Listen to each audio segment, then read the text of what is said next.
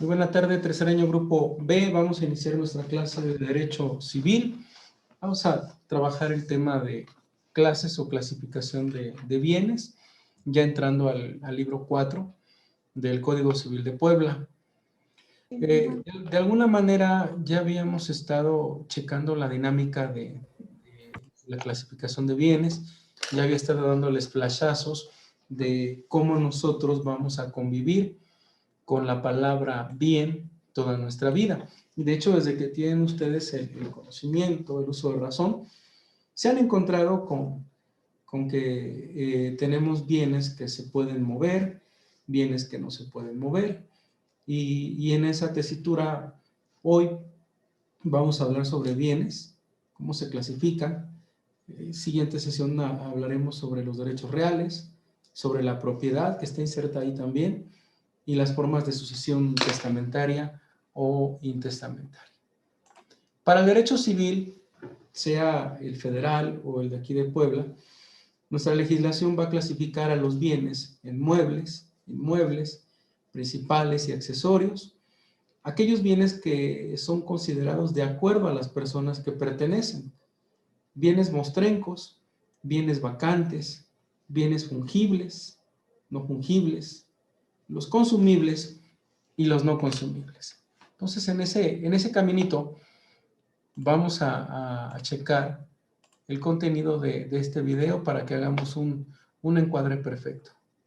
Los bienes consisten en cosas corporales o incorporales, como lo estipula el artículo 583 del Código Civil. A continuación les daremos un poco más acerca de cada tema. Los bienes corporales son los que tienen un uso real y pueden ser percibidos por los sentidos, como una casa, un libro, algo tangible. En el artículo 584 del Código Civil encontramos la división de las cosas corporales, ya sean bienes muebles o bienes inmuebles, que se desarrollarán a continuación.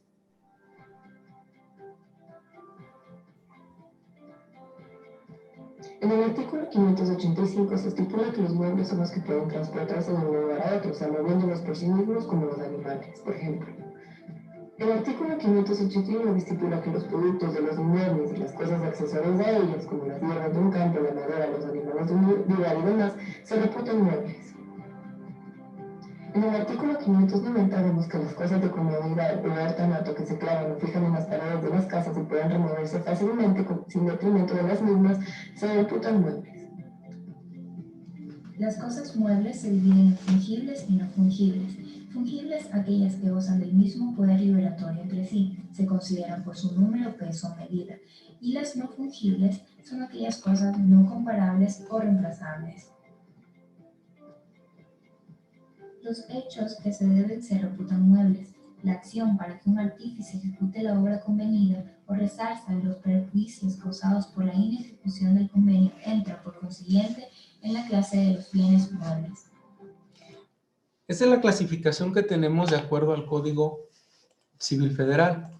Entrando al Código Civil Poblano, vamos a ubicar un contexto parecido, idéntico, y de esta manera vamos a señalar que los bienes inmuebles son precisamente todos aquellos que no pueden moverse del lugar a donde están.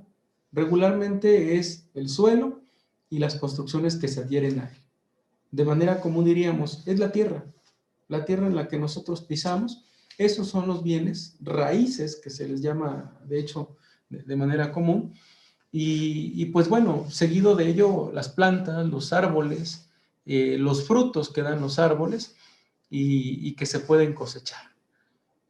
Todo lo demás que se llega a generar es lo que vamos a poder ubicar dentro de los bienes inmuebles ahí mismo. Ahora, un bien mueble es aquel que nosotros vamos a poderlo trasladar por su propio pie o con la fuerza que nosotros apliquemos.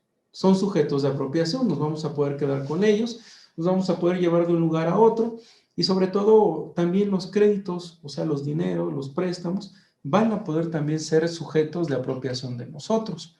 En esa tesitura, vean la continuación del video porque es el cierre, el remate de lo que estamos clasificando en esta clase. Inmuebles, fincas o bienes raíces son las cosas que no pueden transportarse de un lugar a otro, como las tierras y minas, y las que se adhieren permanentemente a ellas, como los edificios y los árboles. El artículo 587 del Código Civil establece que las plantas son inmuebles mientras adhieran al suelo por sus raíces, a menos que estén en macetas o cajones que puedan transportarse de un lugar a otro. Según el artículo 588 del Código Civil, se reputan inmuebles, aunque por su naturaleza no lo sean, las cosas que están permanentemente destinadas al uso, cultivo y beneficio de un inmueble, sin embargo, de que puedan separarse sin detrimento. Las cosas accesorias a bienes raíces se reputan inmuebles. No dejan de serlo por su separación momentánea. Por ejemplo, los bulbos o cebollas que se arrancan para volverlos a plantar, pero desde que se separan con el fin de darles diferente destino, dejan de ser inmuebles. Y se transforman en muebles. Los derechos y acciones se reputan bienes muebles o inmuebles, según lo sea la cosa en que han de ejercerse o que se deba. Así, la acción del comprador para que se le entregue la finca comprada es inmueble y la acción del que ha prestado dinero para que se le pague es mueble. Según el artículo 583, los bienes incorporables son los que consisten en nuevos derechos, como los créditos y las servidumbres activas. En los derechos reales se tiene derecho a autonomía sobre un objeto y en los derechos personales hay una disposición propia por la ley que contrae una obligación correlativa. Esto es lo que ya vivimos los abogados en la etapa procesal para distinguir entre derechos personales y derechos reales. La hipoteca, como tal, es un derecho real y en cambio una acción de pago de pesos derivado de un contrato de mutuo con interés y garantía hipotecaria o sin interés y garantía hipotecaria suele ser también considerado una acción de tipo personal hacia el sujeto que le prestamos los dineros. Ahora, en ese camino, en esa explicación, un bien principal es una cosa que tiene una existencia propia e independiente. Es un bien que no vas a poder cambiar tan fácilmente. El bien accesorio es aquel que forma parte de él. En la fotografía que les estoy colocando aquí vemos una casa, un inmueble. Esa casa es un bien principal. Las ventanas, las puertas, las bisagras de ventanas y puertas, los vidrios, las cortinas, los cuadros, los clavos, todo lo que esté de manera no directa es accesorio. Si alguien me dijera, bueno, los castillos, el concreto, el cemento, el material con el que fue edificado, eso es parte de la cosa principal. Lo accesorio son los bienes que constituyen el ornato de un bien como el que tenemos a la vista. Ahora, qué importante es esto. Los bienes considerados para las personas a quienes pertenecen. Y tenemos bienes de dominio público o de propiedad de los particulares. Lo que forma parte de la propiedad de los particulares está regulado en el artículo 27 de lo que es nuestra Constitución Política Federal. Los bienes de poder público, qué difícil es el trato con ellos porque si nos ponemos a ver quiénes son o cuáles son esos bienes, podríamos revisar Google Maps. Hace rato lo hacía con tercero C y vean ustedes.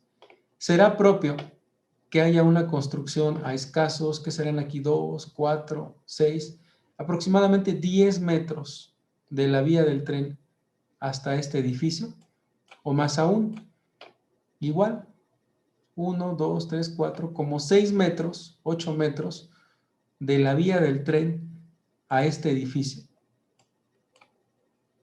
o a este otro que aquí estamos viendo.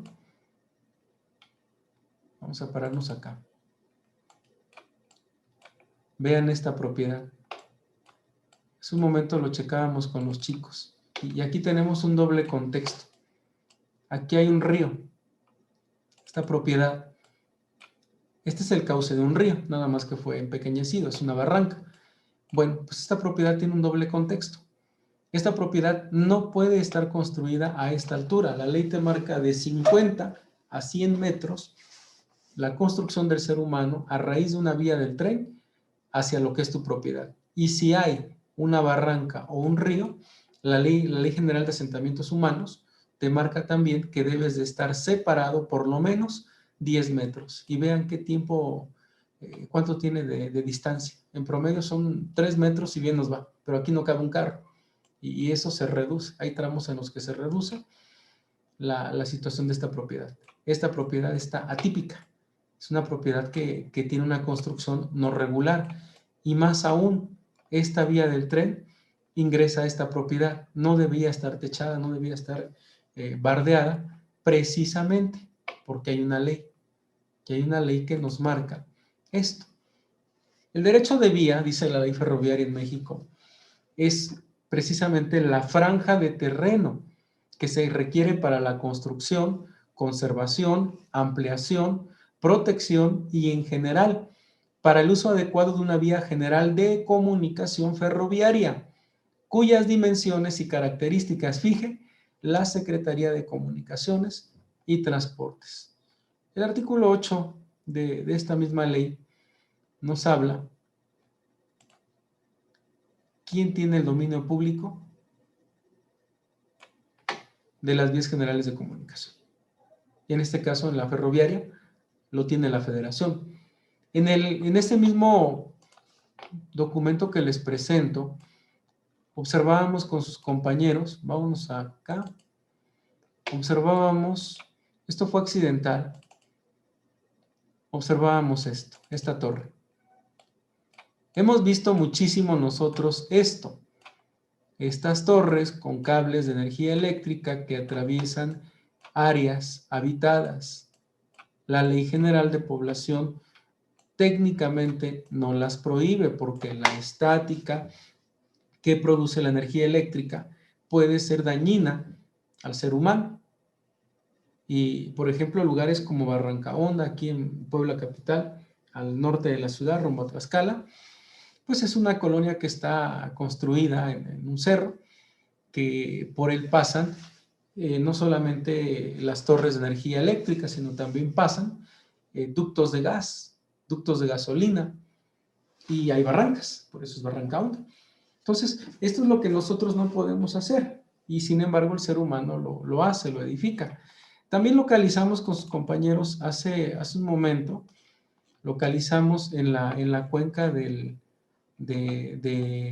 río Alceseca, localizamos un fragmento, voy a intentar localizarlo, un fragmento de río en esta área que nos llamó la atención bastante. La ley también te dice que tú no puedes construir, tú no puedes realizar la construcción, voy a ver si me logro parar en el mismo lugar. Tú no puedes construir en la zona perimétrica, sí lo encontré, en la zona perimétrica de un río. Este es el Alceseca. Es un accidente que lo haya yo encontrado, pero no sirve. Ahí está el río. Este río viene caminando acá. De la cuenca del río hacia atrás deben de haber 10 metros. Entonces cuenten, desde acá hasta acá no hay 10 metros. Esta calle tendrá 1 metro, más 4 más, son como 6 metros. Esta casa debiera estar metida, o toda esta franja de casas debieran de estar metidas hacia adentro por lo menos 4 metros. En esta otra casa, sin duda, dado que la barranca va de esta manera irregular, desde acá hasta acá hay 4 metros. Debiera estar metida esta casa hacia arriba, hacia adentro 6 metros más, y todo esto desocupado. Pero lo que me llamó la atención fue esto. Fue la edificación de alguien que hizo, cada línea de estas son 2 metros. En promedio aquí hay 4 metros. Son 2, 4, 6, 8, 10, son como 10 metros aquí. Esta camioneta, que es la más larga, mide como 3 metros y algo, y adentro se ve que hay un carro rojo también aquí. Esta propiedad o esta construcción no debiera estar, y estamos hablando de por lo menos 8 por 6, hay entre 48 y 60 metros que corresponden a la Federación, dado que esto es un río. Esto es un lugar en el que nosotros no podemos construir, precisamente porque pertenece a la Federación, y sin embargo, en los asentamientos humanos, nosotros hacemos esto. Le ganamos a la naturaleza espacio, construimos, y cuando viene un crecimiento del río hay deslaves y vienen las desgracias humanas.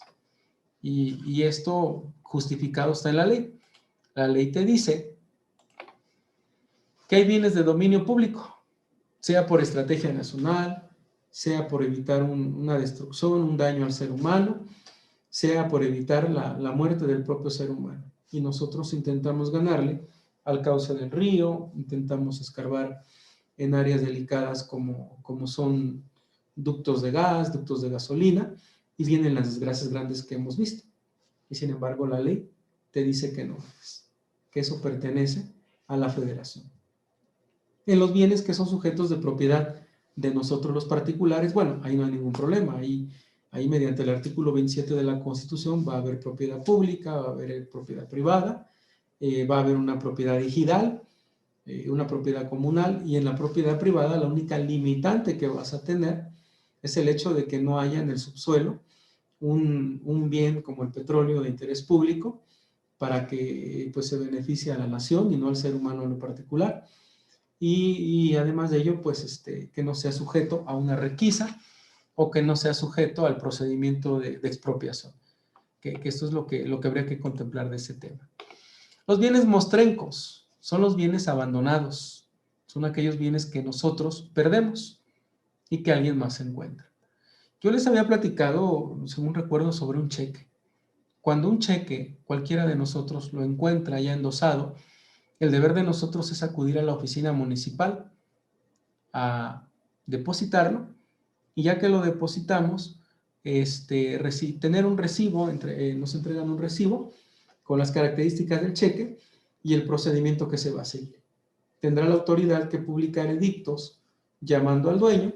Si no encuentra al dueño, bueno, pues el ayuntamiento seguirá el procedimiento y tendrá ese cheque que hacerlo efectivo a la sucursal bancaria que corresponda, y de esta manera entregarnos a nosotros el 20%, cobrar los gastos que se generaron y el resto del dinero aplicarlo a lo que es la asistencia pública. Eso es lo que la ley dice. En ese contexto se encuentra la ley. ¿Qué ocurre si cualquiera de nosotros ese cheque se presenta a ventanilla y lo cobra? Sin duda, estando endosado, no lo vas a... Como es un bien que circula, es un bien que no vas no, sí te van a pagar. El problema es cuando el dueño se dé cuenta y cuando el dueño tenga la necesidad de demandarte el robo de ese documento y la nulidad de la operación de crédito, de la operación mercantil que se haya generado entre el banco y el cobrador. Y ahí vendrá todo un procedimiento en el que tendrás que enfrentar una acción mercantil con el dueño de ese documento y obviamente en materia penal ante la Fiscalía por la carpeta de investigación que te inicie. Habrá quien te diga, bueno, es que no es cierto porque pues yo he cobrado cheques. Hay muchas gentes que no hacen nada. Pero en la práctica real, si incluso ese dinero tú lo depositas a tu cuenta bancaria y excede 15,001 pesos, te vas a ver en un problema fiscal porque ante Hacienda tú vas a tener que reportarle el 34% de impuesto sobre la renta. Y si no lo haces, te meterás en una tercera complicación, que eso es lo que la ley marca. En la siguiente sesión comprometí con tercero B el hecho de que planteemos bien el procedimiento para encontrar un bien mostrenco como son los cheques, para que yo se los ejemplifique, lo vean en la ley y de esta manera podamos estar seguros y ciertos de qué es lo que tenemos que hacer con esta clase de documentos. Después de ello, veremos los bienes vacantes. Un bien vacante regularmente es un bien inmueble que no tiene un dueño cierto y conocido. Son personas que tuvieron una propiedad y que llegan a fallecer, no tienen familiares, quedan los inmuebles abandonados y pues lo que ocurre aquí es que el propio Estado, sea la asistencia pública o la UAP, podrán demandar la sucesión intestamentaria o alguno de nosotros, si tiene un justo título, podrá en el transcurso de 10 años demandar una acción llamada juicio de usucapión para efectos de volverse legítimo propietario de ese inmueble. Si no tuvieras el justo título, tendrán que pasar 20 años para que puedas promover ese juicio con todo un catálogo de requisitos que te pide el Estado para que en un juez civil puedas acudir y ante él demandar todo el otorgamiento de la escritura mediante usucapio. Eso es lo que la ley te dice. Los bienes fungibles, como la imagen lo plantea, es el dinero. Regularmente es aquel que puedes hacer uso de él por su propia naturaleza sin que se consuma. Es un bien que tú vas a tener ahí, que vas a poder reemplazar con otro de la misma especie. ¿Cómo se da esto? Si a lo mejor yo le entrego a cualquiera de ustedes 100 pesos en un billete y me los devuelven en moneda, es el mismo valor fungible o el mismo valor nominal del bien que al final del día va a tener como consecuencia que a mí me devuelvan la misma especie, la misma calidad, la misma cantidad, pero no el mismo billete, que ese es la mejor sentido de ejemplo que podemos dar en él. Y pues bien, los bienes no fungibles, y vean la imagen, son aquellos que nosotros no podemos sustituir por otros de la misma especie, calidad y cantidad. Y aquí Alfredo Hernández Benavides abra su cámara. Le voy a formular una pregunta. Dígame, Alfredo, la imagen que ve ahí, ¿cómo se llama esa imagen? ¿Cómo la conocemos? Como la Mona Lisa. Exacto. ¿Quién la pintó?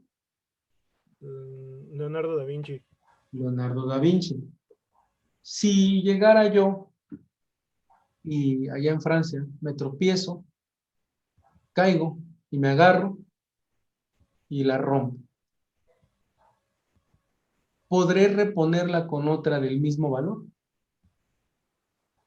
No, ya que es una pintura original y al ser una pintura original no puedes reemplazarla por una que es, por decirlo así, una copia exacta de esta, ya que se supone que allá en Francia si rompes una pintura que es original tienes que pagar una multa. Más que una multa. ¿Es una pieza única, Alfredo? ¿Hay otra igual? No, Es pieza única, ¿verdad? sí. Esa es la característica. Muy bien, Alfredo, muy bien disertado. Los bienes fungibles tienen la característica de ser casi siempre piezas únicas. Algunos dirían invaluables. Por eso el no fungible, el no intercambiable. Porque el único que podría pintar una parecida es el propio Leonardo da Vinci. Pero vendría la siguiente pregunta. ¿Podrá Leonardo da Vinci volver a pintar la misma obra? ¿Podrá haber dos obras pintadas en calidad idéntica? No se puede. Nadie, vaya, ni siquiera dando una clase nosotros, ustedes comparan las clases que damos en los canales de YouTube y ustedes intentan ver cómo le hacemos para dar clase y cómo lo trabajamos. ¿Qué creen? No es igual, no te sale igual. Y al no salirte igual, quiere decir que son valores no fungibles, no repetibles, y que el valor nominal que les vas a dar no necesariamente va a ser el mismo, que eso es lo primero que tenemos que reubicar. Un bien consumible, como ustedes lo están viendo en las imágenes de arriba, son bienes que se destruyen o se terminan, se agotan, se extinguen en su primer uso. Es todo aquello que es comestible, todo aquello que a través de un líquido o un sólido nosotros los seres humanos llegamos, hacemos un uso de ellos y se acaban.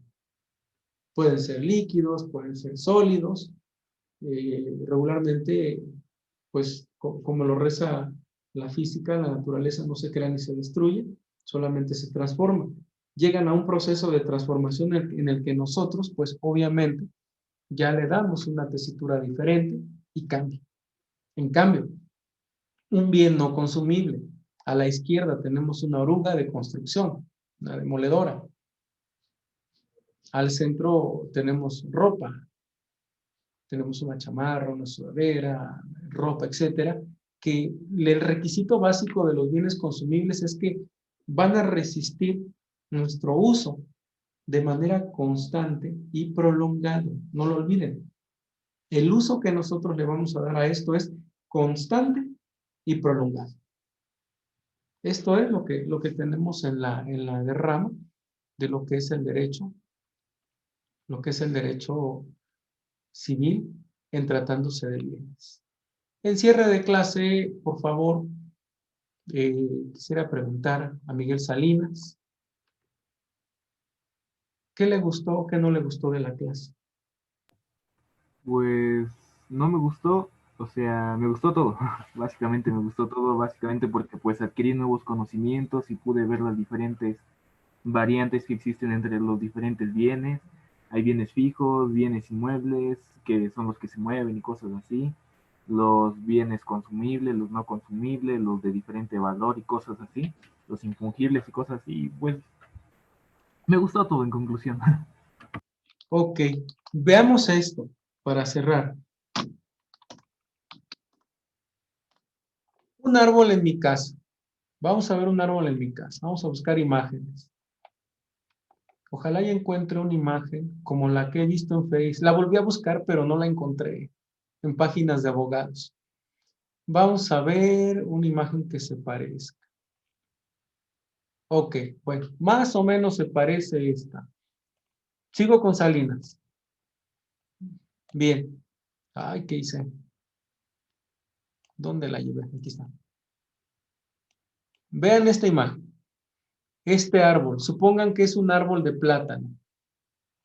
Y como ven la imagen, aguas porque esto suele pasar siempre. ¿Y qué problemas? Ya tengo suscripción, nada más quiero ver la imagen. Siempre nosotros tenemos un problema por este tipo de cosas. Planta el vecino un árbol en su casa, muy feliz. Vamos a suponer que es un árbol de plátanos. Brinca tu muro, como lo estamos viendo acá, y al brincar tu muro, te avienta basura y fruta. ¿A quién pertenece la fruta? Si está del lado de tu casa. ¿La puedes cortar? ¿No la puedes cortar o cosechar? ¿A quién pertenece? Al dueño del árbol, aunque esté invadiendo tu propiedad, pero pues es el dueño del árbol, pues es la persona que tiene el árbol en su propiedad, el que lo sembró. Está plantado en tu terreno. Ese es el primer punto. Si ese árbol causa un perjuicio, tú puedes demandarle los daños en vía penal y la reparación del daño en vía civil. Es muy complicado, hijos, es muy complicado vivir en nuestras casas porque nosotros o nuestros vecinos llegamos a hacer lo que queremos, no lo que la ley dice. En unidades habitacionales, por ejemplo, yo vivo en Villa Frontera y cada edificio pues, tiene el A y el B y así se va hasta el cuarto piso. Y entre el A y el B caben apuradamente 4 carros. Y hay un momento de la vida en el que llegamos a tener carro todos. Y solamente hay 4 lugares. Pero 4 lugares en la calle. Y donde están el A y el B o el 1 y el 2, hay un pedacito de jardincito que casi cabe un carro porque sobra como 1 metro hacia la banqueta del metro, metro y medio que tiene, metro y medio. Entonces, habrían 4 o 6 lugares. Y siempre peleándose el lugar los vecinos. Pero más aún, los que ya tienen sus 4 espacios en la calle, no en la propiedad, llegan y colocan volardos o colocan postes con cadenas y protegen su lugar. ¿Será de ellos? Porque las escrituras no dicen eso. Son aspectos que tenemos que cuidar nosotros y vigilar porque el ayuntamiento, en base al derecho que tiene, el ayuntamiento puede venir y el ayuntamiento te puede decir, a ver Ángel, yo te recuerdo, Angelito, que la calle es un bien de dominio del poder público. No está en tus escrituras, me pertenece. Llego, rompo tus jaulas, rompo tus volardos, me los llevo y se arma todo un problema social por eso. Pero cuando revisas escrituras, te das cuenta que tus escrituras te marcan el acceso común en copropiedad, que se llama condominio. Te permite áreas de tendido, te permite disponer de un tanque, un tanque de gas, valga la expresión, o una cochina, una marrana de gas, también valga la expresión coloquial, y las tuberías para cada quien, pero no te permite la calle. Ahora, vámonos al otro lugar, vámonos al extremo de aquellos lugares donde hay casas dúplex, donde el 1 y el 2 o A y B tienen en su escritura un cajón narrado para sus vehículos, y los del CD, o sea, los de arriba, no tienen ese espacio. Y llega alguien y se mete en tu cajón. ¿Qué procede? Y ahí te deja el carro, te dice groserías. ¿Qué procede? ¿O qué procede si el vecino del 1 y el vecino del 4 se extienden 1 metro hacia la calle o 2 metros y crecen las propiedades y le vuelan un cachito a los parques y jardines o a las calles? Son bienes de dominio público y el Estado puede llegar a demoler porque pertenece al Estado. Son detalles que tenemos que identificar todos para no cometer el delito de despojo, porque el despojo es un delito y son situaciones que tenemos que cuidar nosotros en la ley civil. Bien, agradecerles, chicos. No coloqué ayer las imágenes, tuve una comisión sindical y salí después de clase y ya regresé tarde. Publico lo de ayer y publico lo de hoy y nos vemos en la siguiente sesión, por favor. Gracias, muy buena tarde a todos. Hasta pronto.